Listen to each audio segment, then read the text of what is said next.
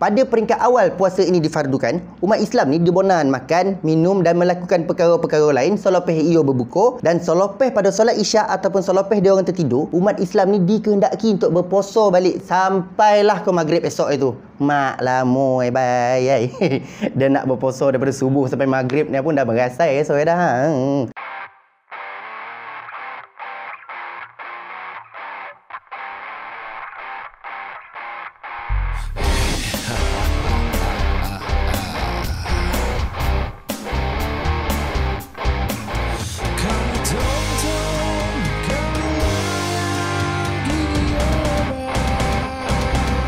Assalamualaikum warahmatullahi wabarakatuh. Salam dirgahayu. Apa khabar? Sihat kau semua tu? Macam mana dengan Ramadan korang tahun ni? Semua yang baik-baik lagi kau? Kau ada yang dah terbocor dah tu? Harap jangan lagi lah yo. Awal lagi ni Alright guys. Hari ni dia nak share sama korang tentang sejarah bulan Ramadan. Macam mana puasa Ramadan ni boleh jadi dan macam mana kita semua ni boleh berpuasa sampai sekarang ni. Ada kisah-kisah dia bukan main macam tu ya dah. Seperti yang kita sedia maklum, berpuasa pada bulan Ramadan ni merupakan rukun yang ketiga di dalam rukun Islam kita. Dan ibadah berpuasa pada bulan Ramadan ni telah disyariatkan kepada umat Islam pada tahun kedua hijrah Nabi Muhammad sallallahu alaihi wasallam ke Madinah. Dekat sini turun firman Allah di dalam surah Al-Baqarah ayat ke-183 dengan 184 yang bermaksud yang nak kena baca yo. Kan kalau dia salah baca kan korang pula salah faham.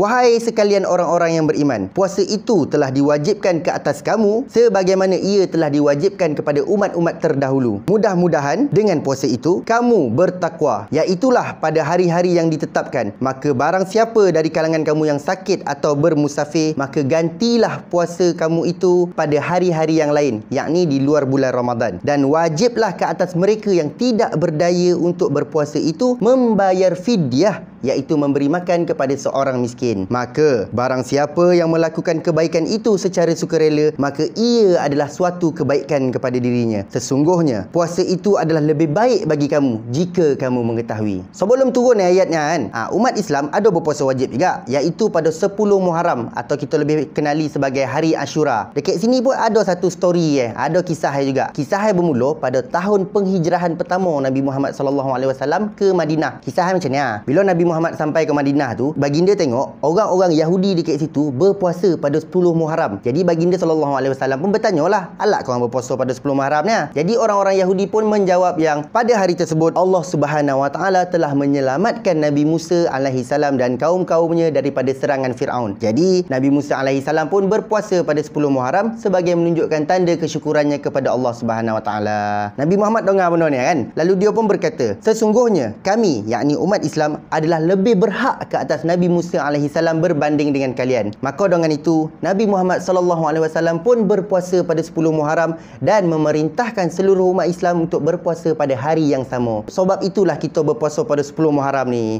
Namun lepas turun pula ayat surah Al-Baqarah tadi ni, puasa pada 10 Muharram tersebut telah bertukar status daripada wajib menjadi pada sunnah yang digalakkan. Alright, dalam riwayat Muslim dan juga Bukhari, lepas turun ayat yang berbunyi dan wajiblah ke atas mereka yang tidak berdaya itu membayar fidyah, yakni memberi makan kepada seorang miskin. Doket statement ni, pada zaman itu umat Islam ni dibenarkan untuk berpuasa ataupun memberi makan kepada orang yang miskin. Yakni membayar fidyah lah. Kira pada peringkat awal itu orang Islam ni boleh buat pilihan sama ada kau nak puasa ke ataupun kau nak bayar fidyah. Orang yang tak mampu untuk berpuasa tu dia kena bayar fidyah lah. Orang yang tak mampu bayar fidyah tu kau kena puasa. Perkara ini berterusan sehinggalah turun pula ayat ke-185 dalam surah Al-Baqarah juga yang membawa kepada maksud, maka barang siapa dari kalangan kamu yang menyaksikan anak bulan, yakni Ramadan, maka hendaklah ia berpuasa, dan sesiapa yang sakit atau dalam musafir, maka bolehlah ia berbuka, kemudian wajiblah ia berpuasa semula pada hari-hari yang lain di luar bulan Ramadan. Allah mengkehendaki kamu beroleh kemudahan dan Allah tidak mengkehendaki kamu menanggung kesukaran. Dekat situlah permulaan yang umat Islam ni wajib untuk berpuasa.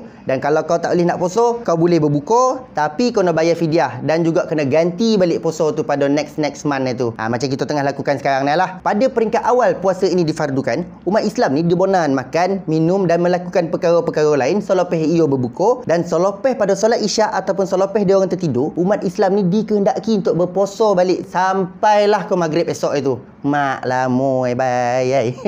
Dia nak berpuasa daripada subuh sampai maghrib ni pun dah merasai esok dah. Okey, bila bondo ni dah berlaku dan yang menyebut ni pun dia rasa dah mak ustaz lama tu, apa lagi dia orang, betul tak? Memang panjang. Perkara ni secara tak langsung menimbulkan kesukaran ataupun bebanan kepada umat-umat Islam yang terdahulu lah. Dekat dalam cerita ni juga ada 3 kisah yang dia nak highlightkan kat korang. Dan perkara ni secara tak langsung menjadi evolusi kepada Ramadan kita ni sekarang lah. Cerita yang pertama ni, ada segelintir umat Islam yang mana diorang ni akan makan, minum dan menyetubuhi isteri masing-masing selagi mana diorang tak tertidur. Sebab diorang tahu kalau diorang dah tidur, diorang dah kena puasa, betul tak? Kita ambil lah perumpamaan macam ni. Waktu isyak tu dalam pukul 8.30 lah kalau waktu sekarang ni kan. So lepas dah salat isyak, makan minum semua, dalam pukul 10 tu kita tidur lah, kalau kita sebut sebagai normal lah tu. Tapi untuk umat-umat Islam pada waktu tu tak, dia buat lain sikit. Lepas isyak dia makan, minum, buat lah bondo-bondo yang lain tu semua sampailah 2-3 pagi. Lepas tu barulah dia orang terlelap. Kita yang dengar ni lah elok lah tu, okey lah, kita pun selalu tidur 2-3 pagi je tak? Tapi tidak untuk dia orang dah. Kita ni bukan macam dia orang dah. Dia orang ni level dah lain dah sama kita.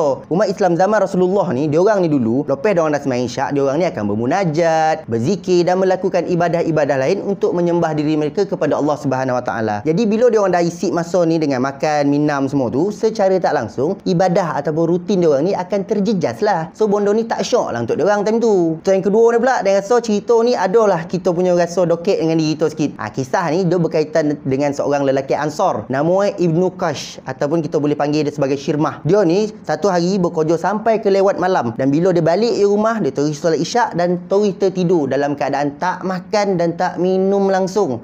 Dan hanya sedar pada subuh esok itu. Bila dia bangun esok hari ni, Rasulullah SAW tengok dia dalam keadaan yang tak bermayur dan juga dalam keadaan yang amat porit. Cerita Syirmah ni kerja kilang. Kerja kilang biasalah ada OT. So bila dah kena OT, balik malam, balik tu semayang, tidur. Nampak? Beza laki zaman dulu dengan laki zaman sekarang. Dia ni bila sampai rumah sembayang dulu baru tidur, tak fikir makan dah. Kita ni belum sampai rumah dah fikir dah nak makan apa.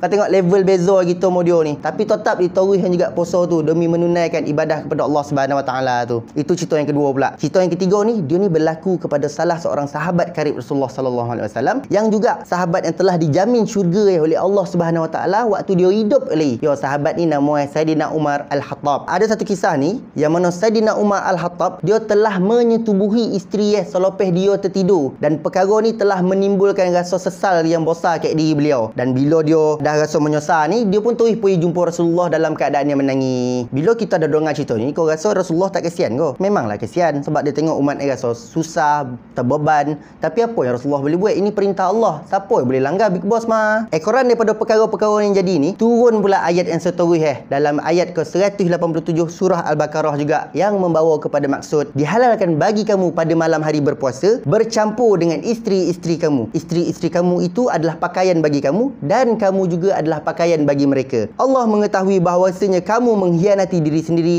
lalu ia menerima taubat kamu dan memaafkanmu. Maka setubuhilah isteri-isteri kamu dan carilah apa yang telah ditetapkan oleh Allah bagi kamu, dan makanlah serta minumlah sehingga nyata kepada kamu benang putih, yakni cahaya siang, dari benang hitam, yakni kegelapan malam, iaitu waktu fajar. Kemudian sempurnakanlah puasa itu sehingga waktu malam, yakni maghrib. Dan janganlah kamu setubuhi isteri-isteri kamu ketika kamu sedang beriktikaf di masjid. Itulah batasan larangan Allah Subhanahu Wa Taala. Maka janganlah kamu menghampirinya. Demikianlah Allah menerangkan ayat-ayat hukumnya kepada sekalian manusia supaya mereka bertakwa. Dengan turun ayat ni pula, maka puasa Ramadan ni telah mencapai sifat yang paling muktamad, macam kita tengah lakukan sekarang ni lah. Kau tengok evolusi daripada awal sampailah sekarang ni. Dan kau tengok juga kat sini beza level umat Islam pada zaman dulu dengan zaman now. Zaman dulu walau apa perintangan dia orang buat, tetap dia orang hadapi juga demi menunaikan ibadah kepada Allah. Dan rasalah kalau zaman sekarang ni kena puasa macam tu juga, rasa ramai bocor tu dah.